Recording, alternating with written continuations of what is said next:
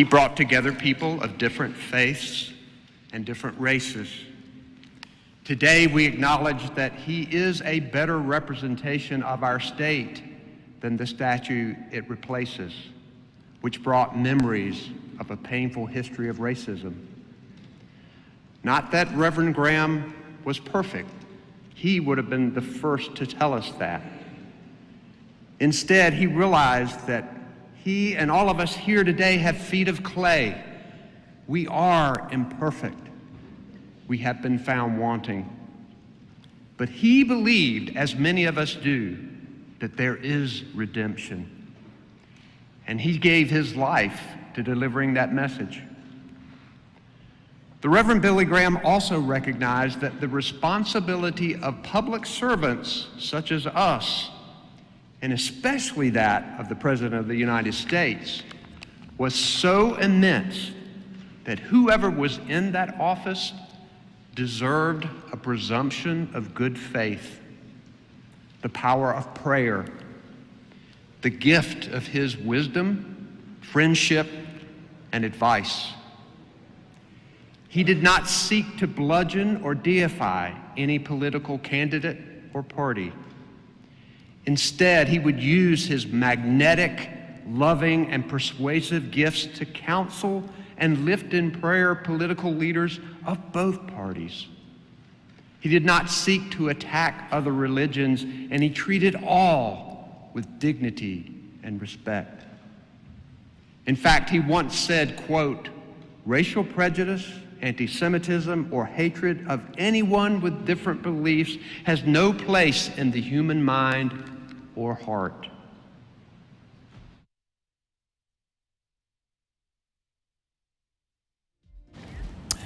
All right, that is immortalizing Billy Graham, of course, a stabilizing figure in the American faith diplomacy at the end of the day. And of course, he died in 2018 in February. And after 6 years now, he's being immortalized there, a pivotal figure when it comes to, of course, church and faith. Billy Graham, how do you remember him? And especially where we are at with the post-truth and the cancel culture, just briefly. And also, our president will be going there. He'll also see this particular statue. And they've said also, if you read on, that one of the verses beneath or just under the statue, or where it is actually reposing right now, is John 3:16, and I think that will be a pivotal. And also, more importantly, it is just beside Rosa Parks and Ronald Reagan. It's one of the 4 bronze statues that now it is bedeking the state capital. How pivotal and important is that? The Rosa Parks one particularly touches me because we remember that Rosa Parks epitomizes the civil rights movement. It's remembered how she refused to stand on a bus when she was asked to vacate the space for a white person and to go to the space reserved for black people, and she refused, and the bus boycotts began, the Montgomery processes began. Dr. Martin Luther King Jr. Joined in, and it was a very, very memorable process that went on for a number of months. And it's also good to remember that Bill Graham himself was a civil rights crusader, that at some point he even invited Dr. King for joint crusades. If there was a person within that gone century who could be said to epitomize moral rectitude and ethical uprightness, perhaps it was the Reverend Billy Graham. It's interesting, he almost reached 100 years, born in 1918, and I think died in 2018. It was 99, yeah. 99. Yes. Just a few months short of reaching 100. And the reason now also we raise, of course, and this issue is regarding the place of the church and politics. Just briefly, we know where we're headed with this. And you heard from there that when it came to the issues of politics, he brought both houses together. He transcended, the divisive politics of the end of the day. What can we pick from the entire, life legacy of Billy Graham when it comes to church and politics? Now you're talking about the 700 intercessors that are high in status as well.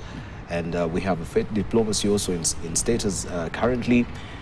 Where does it really put the church leaders, the state and the church? That has been a very critical debate throughout the years. And do we have our church leaders losing their integrity and their posture when it comes to political leanings? Should they be apolitical? I mean, he advised 13 presidents, and yet he never showed his leaning to any of those parties, whether representative or whether being a republic or Democrat. Yeah, I think it's a very important occasion for Americans to remember one of a very key figure in terms of American democracy.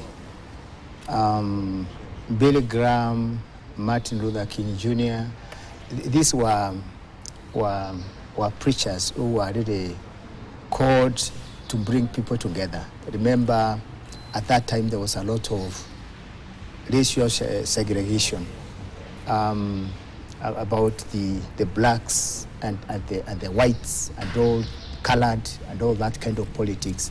And Billy Graham, particularly his sermons, if you look at the sermons of Billy Graham, were meant on how to bring people together as people of God, irrespective of their color, irrespective of their races. And they brought a lot of they preach on racial integration rather than segregation. And now, going back to what you are saying, is that if you look at even in our country, it is very difficult to detach church from politics or politics from church matters because they go together.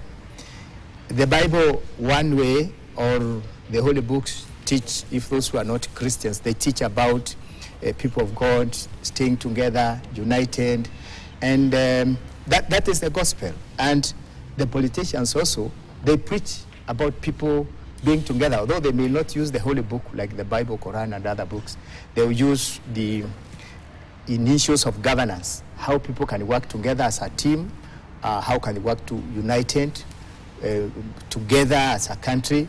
Remember at independence, the first president of the Republic of Kenya, Jomo Kenyatta, talked about Harambee. Harambee means pulling together, and Kenya is ours, now we want to work as a team. They don't use the Holy Bible, but you cannot lead and govern people without preaching the gospel or the message of coming together as a team and working together.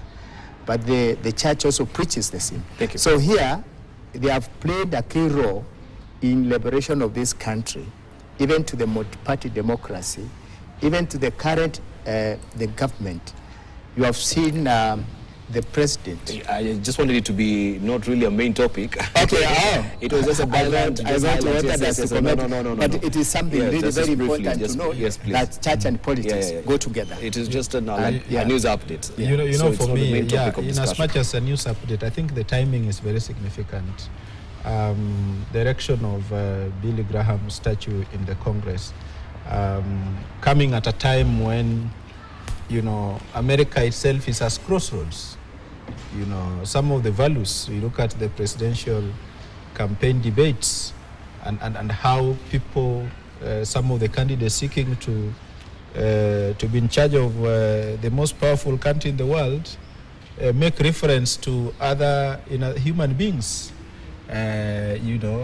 very racial, and so we can only hope that that statue is an effort to restore the place of America in terms of some of the democratic ideals for which it's been known for, and I want to believe that that will have an impact on America's foreign policy, because this foreign policy that is based on a trade and possible displacement of China and other foreign interests, as opposed to demanding that countries where America has an interest also subscribe to some of these democratic ideals.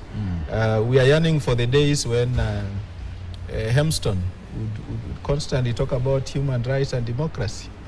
Today we cannot remember when the modern day Hempstons uttered the word democracy and human rights. And so for me this is very significant, and I think it is a calling on the entire American population that as they move towards the next election, they try to show preference for people who believe in what Billy Graham believed in. Thank you. And the unity of humanity as a society. All right, thank you. Kiro, unless you have anything else to chime in, we can move on to Limuru 3. We begin with you. And there's a very interesting editorial cartoon here that we have of what currently is happening in Limuru today, being a big day that the convergence of that particular summit is happening. And this is what Victor has drawn inside the Daily Nation today. So they're divided, as you can see it. On one, we have a trolley that is carrying David Murade and also Kioni as well. And on the other hand as well, we have the Jubilee Party, the faction within the Jubilee. Is it the Jubilee Kweli and Jubilee Tangatanga? I don't know. Or the Jubilee Kenya and the Jubilee Asili. We yet to know how this will pan out in Limuru today. Let's just begin with you. And we can see also Ozona's drawn as well. That rift is there. And Moses Kuria is also torn in between on which way to face. Is it now with Kamwene, or is he now with the other faction of the UDA? Limuru 3, over to you. Yeah, thank you so much. At the risk of sounding that I'm not religious, just allow me to say the church, religion, and the state are one and the same, except their roles are different, because religion, in my opinion, is supposed to be personal, and it should be devoid of pretense. If there is one president that I know believed in seriously Christianity, the President Moi. I think he personally believed that he had a role to play to deliver his soul to the next heavens.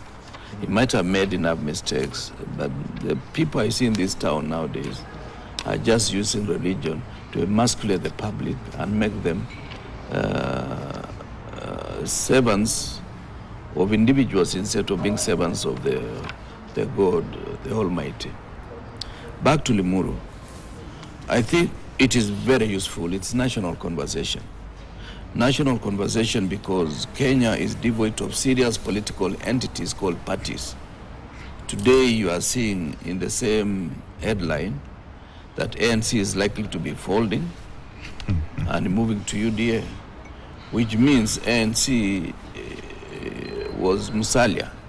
And when Musalia moved to government, therefore ANC must also go to the ruling party.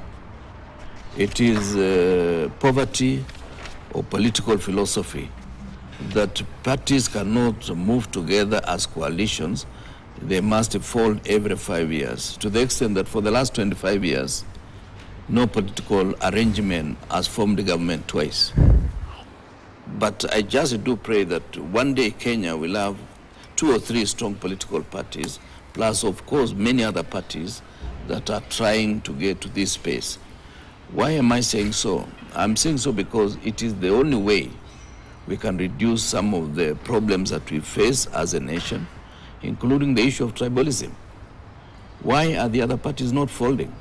it is because people have deficit of trust in each other. But Musalia, possibly because he has now trusted President Ruto, now he's folding ANC, which I was a deputy party leader one time, to move to UDA.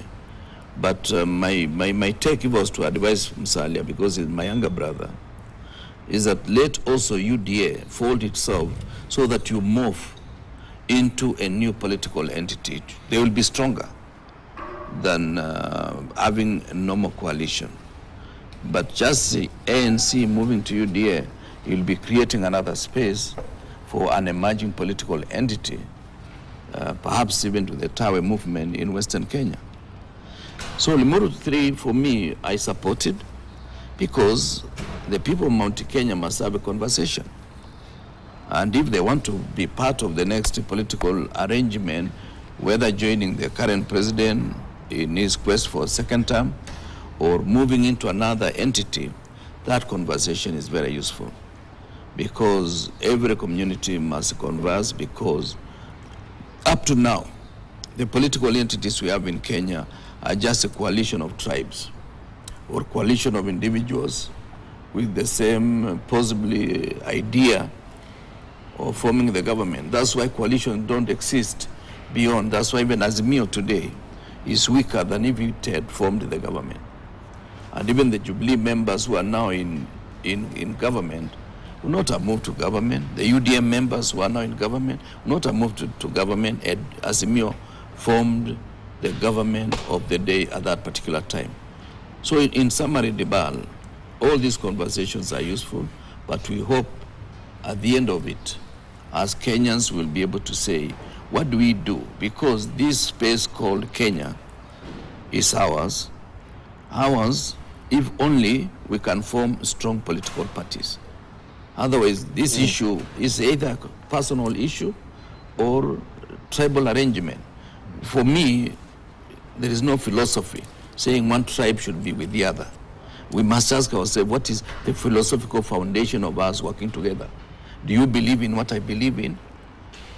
Otherwise, you would not have had the split that was so bitter between President Ruto and President Kenyatta.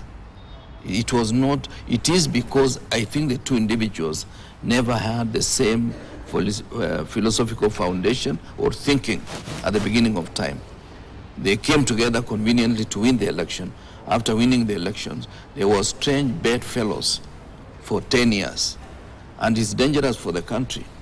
And just to allow me, I think in future, if there's any constitutional amendment that I admire, would be the deputy president should have a cool-off for 5 years. Or if I'm your running mate this year, and I want to run in the next election after you leave, after 5 years, I can step down and do my own arrangements. Otherwise, you will see the problem William Ruto had with President Uhuru is the same president issue that Rigathi Gachagua has with William Ruto. Because Ruto may be looking for second term. Gachagua is looking for having a stab at the presidency in 2032 should they win the 2027 election. Or lose even. Or lose, but okay. Yeah. That's a good one. But, All right. but I think Let me come to Baraka, because Baraka also had raised a very important issue last week regarding the wildebeest. Now that we're talking about analogy of animals as well. Now that it is sensitive official that the death of ANC, UDA in deal to fold the party, and we know there was this discussion on meeting at State House. There was Ford Kenya, and there was also ANC. Yeah. And we saw him coming out to the public and declaring that no, ANC is intact, it's not being folded. So was he editorial with the truth? Was he economical with the truth regarding that? And is this now the issue that we're talking, that you cannot really uncouple or decouple Luya from food, that the analogy you had given, just going by, because it seems the prophecy you made last time has come to pass. See, first of all, in defense of my people, the Abaluya, all animals are eating beings. Yeah? If they didn't eat, they would die. So you cannot decouple animals from food. And this thing about Abaluya and food, I think it should end. Because there are people who eat, and they eat grotesquely. When you come across them and you put him side by side with Amuluya, you can see who has been eating. And some of them, when they get into power and they are eating, they actually eat in a very literal sense. That said and done, I think the wildebeest is about to be eaten. And I do hope that these things that we are reading, since they are couched in innuendo and in certain vague reportage and citations, we would just want to believe that it is not true. But if it is true, I want to tell my friend, Dr. Musalia Mudavadi Wycliffe, son of Mudamba and Anna, that he's signing his political death warrant. That this is the typical story that we are told about hyena, who told a dog that let us go and kill and eat our mothers. And when a dog had had that petition, he actually went and killed and ate his mother. And when he went back to the arena where they had been with the hyena was there laughing and saying, "My mother is here." And when hyena tried the same trick with the hare said, "I'll not kill my mother." He went and hid the mother somewhere until the day that hyena discovered that hare had not killed the mother and started conniving and scheming to kill and eat hare's mother. But in the end, we know what happened to hyena himself. That is what is happening here. You know, we built a strong party. I was there as a Secretary General, although Kipruto Arap Kirwa abandoned me in my hour of need when I was trying to expel two members, two errant members who are running down the party. And you can see now that one of the people I was trying to expel from ANC is the one who is spearheading the process of serving ANC at the UDA dining table. And those who questioned what we were doing those days can see. But the message to my brother Wycliffe Musalia Mudavadi, who is also my friend, is that he's now signing his political death warrant. When he goes back to Western, and I can tell him because he has not been on the ground, he has attended a few funerals here and there and ventilated his sentiments about the Tawe movement and George Natembeya and those who have not been in politics for 30 years who are in the village. The ground is hostile. The ground in Western is hostile to these UDA things. They may go there occasionally with President William Ruto, and the crowds may assemble around them. It's basically, as Anne Waigoro would say, the crowds are assembling because they have nothing to do, and they have come to see them. Some of them have come to see the choppers, but they are not with you. They are not with these UDA things. And so if you choose now, and I'll tell you why they are not with the UDA. They are not with the UDA because President William Ruto promised certain things. The people there signed a charter with President William Ruto, as did people in 46 other counties. And when they look at that charter, and that charter is going to be the marking scheme when the next election cycle comes, the people will place the charter side by side with the performance of this UDA government, which my brother Wycliffe Musalia is electing to fold our party and migrate to. And they will say, you failed us, as they are already saying. So this is a suicidal political move. Some years back, If there is any political ambition. Some years back, I want to believe every politician is ambitious, but some years back, allow me this. I cautioned my brother Wycliffe Musalia Mudavadi that should you join this Uhuru project, the Abaluya people will move on. They will leave you behind. And they did. And this is again another time when I am terribly pained, because Mudavadi is my friend whom I would want to call after this and ask whether we can have a cup of tea. But I cannot come here and lie to the world and to the nation that this is a good move. Political parties must invariably have some philosophical underpinnings, some ideological underpinnings that outlive everything else, supersede everything else. And that you cannot be told that today we fold our party to join another party. For what purpose? Raila Odinga, some years back, wanted to fold his party, and he did eventually, and joined the KANU. But he came up against some resistance. There was someone who said, they are asking us to dissolve our party, to go and join them. In fact, it was Odinga himself. But how do we know where we are going? There are snakes in some of those places where we are being told to go. And when you have got in, that is when the reality is going to down upon you. Apparently, we don't learn from history. William Ruto folded his own party.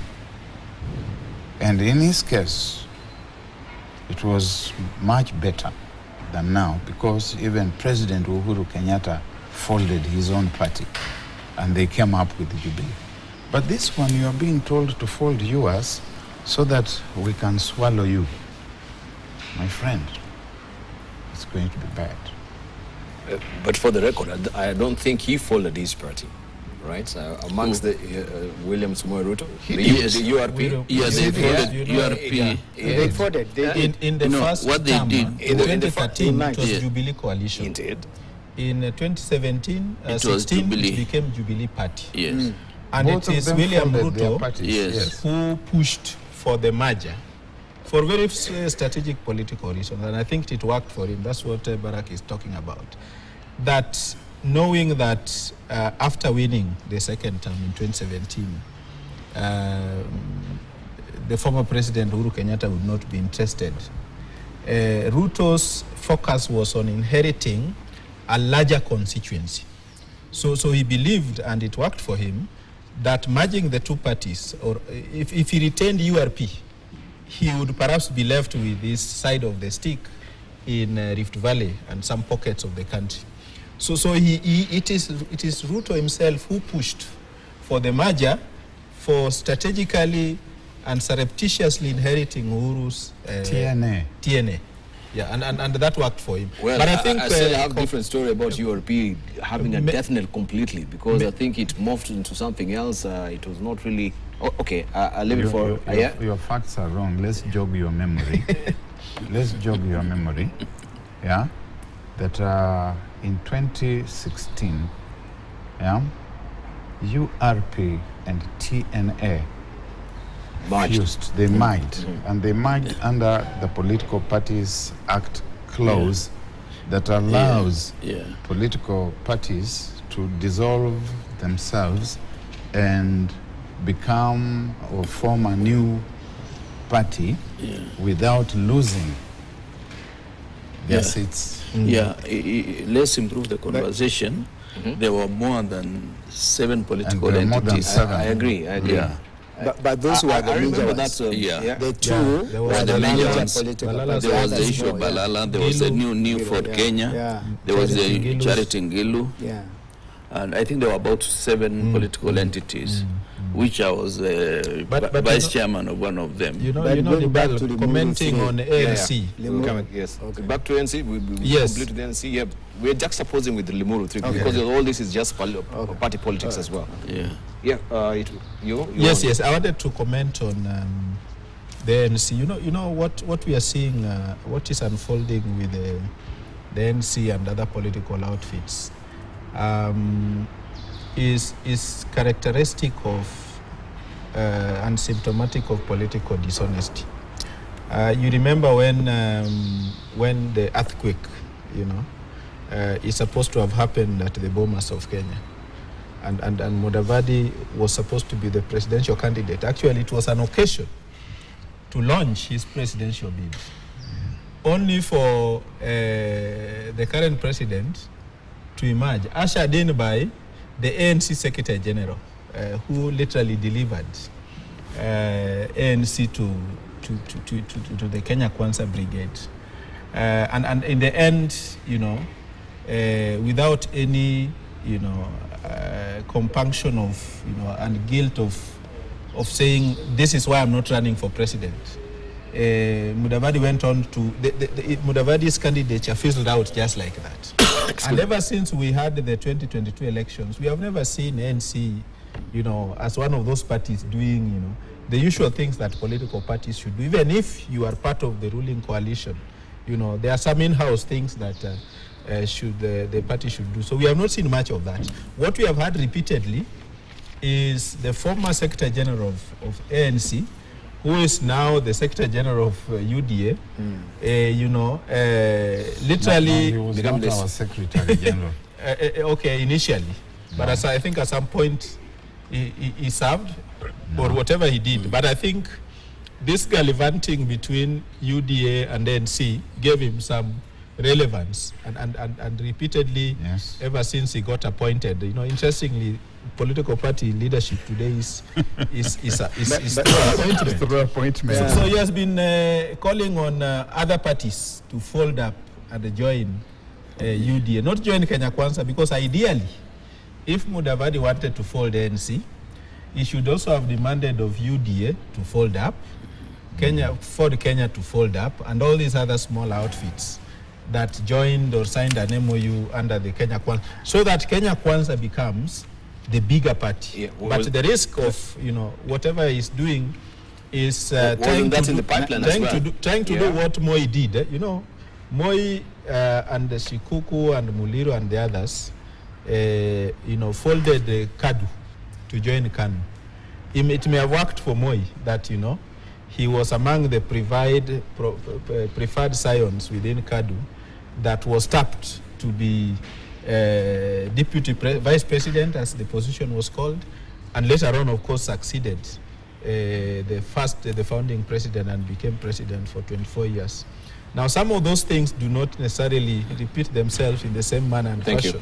I have a different idea. In mitigation, Barak, let's hear I have a different opinion from my just for It was the ANC. last. For ANC, I think Mudavadi is taking the right step, because our politics are not based on political ideologies so much. There is very little about it, but much of it is on personalities. So ANC is Mudavadi, and Mudavadi is ANC. Any other person who was a deputy party leader or a secretary or advisor shouldn't be part of Mudavadi. And what Mudavadi wants to do with the party. Are you speaking for both Barak and I just want to educate my learned friend so that he can be helped, because he's struggling to understand why. No, let him just execute it. I just want to finish so that he might also be informed, so that he does not really struggle in his mind. He is not, because these parties are based on personalities. And how I wish that he and his own party, and Mudavadi was his advisor or whatever. But since Mudavadi owns the party, let Mudavadi do what he thinks is best. And by the way, history repeats itself, and you can't be wrong in history. all politicians who have founded their parties and joined other parties have benefited in the formation of the new parties. They met with the second president, Daniel Arap Moi. They met Kibaki. They met Uhuru.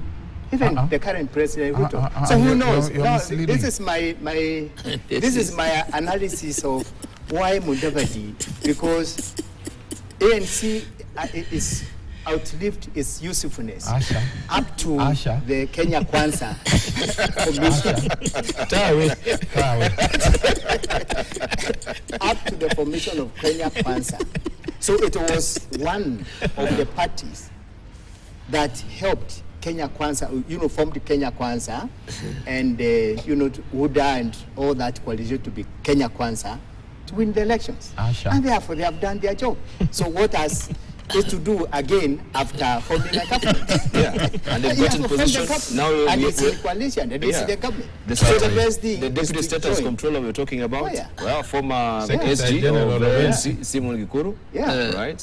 We have Harriet Chigai, let him say it as advice of women issues, whatever word, but ANC has fulfilled its mandate because they wanted to create power, actually to the president, because Mudavadi was a presidential candidate, but he dropped his ambition when he saw that he's not winning to join other stronger parties. He was an aspirant, and he never became a candidate. But he was an aspirant. Sorry, to use the word, he was an aspirant. He never became a candidate. But what I wanted to explain is that he really, if we could gone through the process, he would have been the candidate. But he feared he may not win at that time. He wouldn't win. So he had to have coalition with other parties. His own MP was elected on a UDA They have formed ticket. the government, and some being the government. So the party has reached where it wanted to be. So anybody who is complaining, then is behind news that Barack, you're behind news because the primary purpose of ANC is to bring a tectonic shift. Yes. The earthquake. The earthquake was done. It's done. Yeah. Also, and they have reached where they wanted to be. And the Richter scale was beyond 7.2. It's very unfortunate that he has been Professor Order. The bell is my turn. It has outlived its usefulness, and it has formed a government. I'm surprised at the Anybody who is argument not by an aware, academician. get the news. That's the point. Dibal, I think the family, the family of Professor, they are very good Christians. Even Kindiki, the minister, is also honest. But in their honesty, they become naive.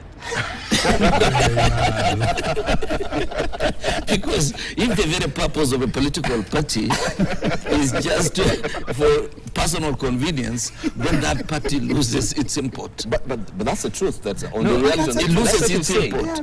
Because, if you go to the foundation of political parties, whether it is the Whigs in London, the Labour, the Republicans, all that, they should be formed by certain philosophical foundations, people who believe in 1, 2, 3, so that we are able to transcend all these small issues, personality, issues of tribe, issues of religion, because once those foundations are right, then the rest of them will form on top of it. You're speaking on the ideal picture. But you see, that is what we've always been talking about. I agree with the balance, but the reality on the ground is that even you yourself, But you cannot. We must grow our parties. You see, it is dangerous because we have relatively gone to school around this table. And if we believe that the issue is for me to be a minister, the issue is for me to be prime cabinet secretary, then it is very cheap politics. We need to improve and say, yes, I may be selfish as Kirwa, but can I allow my grandson in future to form a political party or join a political formation because he is persuaded by the philosophy of that particular party? Because why are people grouping together? It's because they have certain ideas. That's why we say ideology. Ideas that seem to be moving in certain direction. Others will be having all these cracks every other day that we form because we want to win. When you don't win, tunasambaratika. When we win, we fight inside the government and we waste a lot of public resources by fighting. You know, between William Ruto and Uhuru Kenyatta, the last 3 years, they wasted a lot of our public resources because the two senior-most members of Jubilee were fighting each other. And we need to persuade Kenyans that you move into political formation that you believe in, so that you can live at least for 5 years, right, and move to another formation if it is convenient. But if we reduce to an individual, to a tribe, then that is danger. All right, but you've raised the issue about ambition. And remember Otieno Kajwang also saying, then how do we measure, can we have a passionometer to measure the passion of an individual? When speaking one time on the floor of the House. So, the fact that we have Musela really folding this particular political outfit, it means at the end of the day that maybe the item you should measure is political passionometer, if he's willing actually to fold one of a storied history, political parties that we've had that is storied up of at least in good history when we're trying to consolidate democracy in this country. Well, such things may not be measured on an empirical scale. But of course, yes, it was just an analogy. I don't want to go into the jargon of qualitative and quantitative measurements and analysis and so on and so forth. But we can look at the actions, the activities of a particular player within a given environment, space and time, and tell whether they have that ambition or not. You see, today you cannot be talking about 2032, that after President William Ruto retires in 2032, then he will leave this thing for me. It is not played that way. And when you are saying that I've been around for 35 years, you ought to have picked up a lot of lessons in that process that inform and guide the direction that you're going. When Raila Odinga folded NDP in 2002, in order to be very specific, to form what was for a while called New KANU, he did not enjoy the benefit that President Moi seemed to have promised him, Professor, if I may jog your memory, and that within months of that merger in Kasarani, where Moi was advising Professor Saitoti to be orderly, the way I've been advising you here. What happened was that it turned out that the younger person President Moi was talking about was Uhuru Kenyatta. And that led Raila Odinga to lead troops, including Kipruto. No. Oh, you remained there? No, I had already moved in February. I had already moved to National Alliance of Change. Hold it cool, yes. I'll give you time to defend yourself. Yes. I'm not naive. I want to defend myself. Please. Oh, nice. Okay, that's an important footnote. We take note of that. Yes.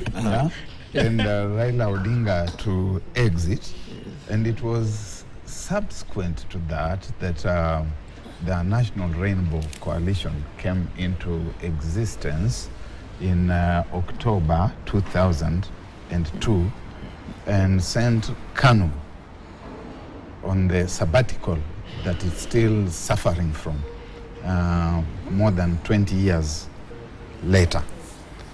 So sometimes when you fold your thing, you never quite know, and when you also invite people into your space, you also never quite know what they could do. That thing could be a double-edged sword that could cut either way. But when you look at it very closely, Mudavadi and ANC are getting swallowed into UDA as a minority. They are being silenced. And this is happening also at a time when the Tawe movement is very well in high gear.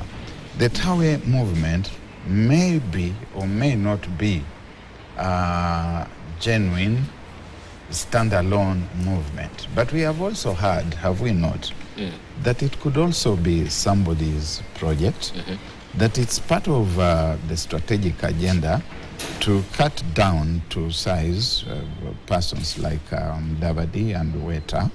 And Weta, I'm informed very reliably, raised this question with His Excellency the President, that we are hearing vibes to the effect, Your Excellency, that you are the one behind this Tawe movement.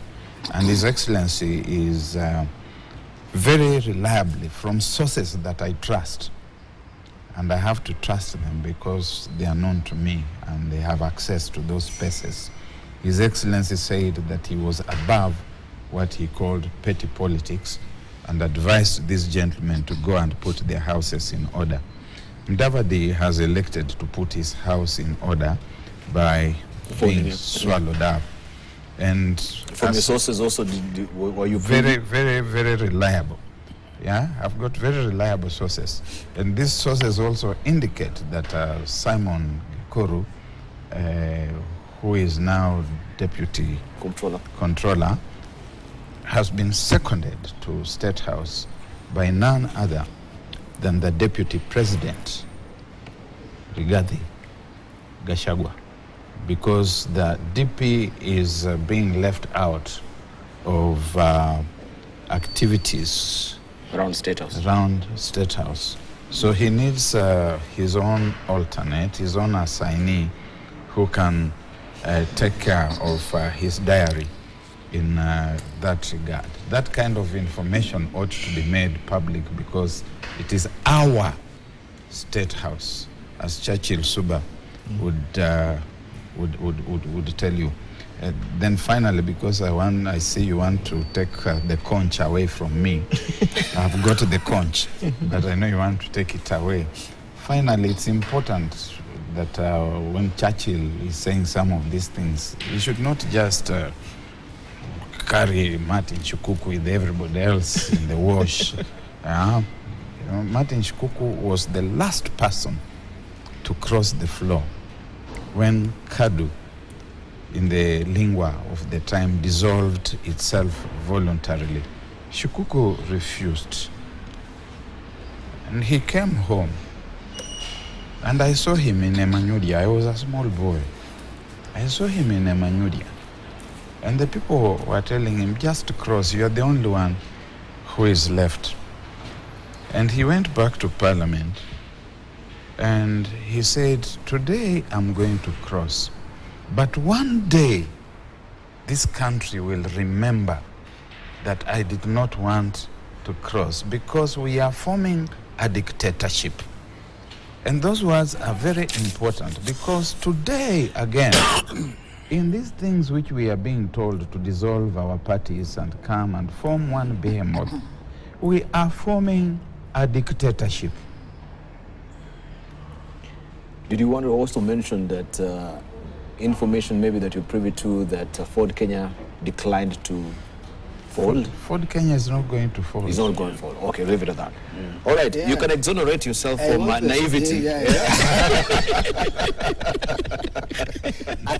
I want to believe this is a very serious national conversation about formations of political parties in this country.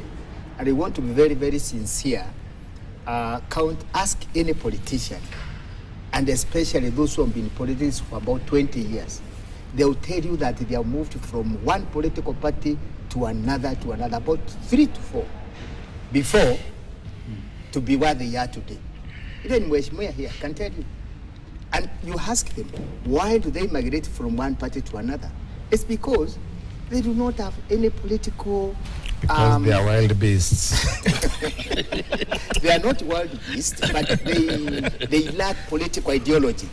Because if, look, people like Martin Shikuku, he has already mentioned, Maria Serrano, and so many other politicians who stood their ground, and up to Akina George Anyona and others, who were against the regimes, and they stood because of what they believed in.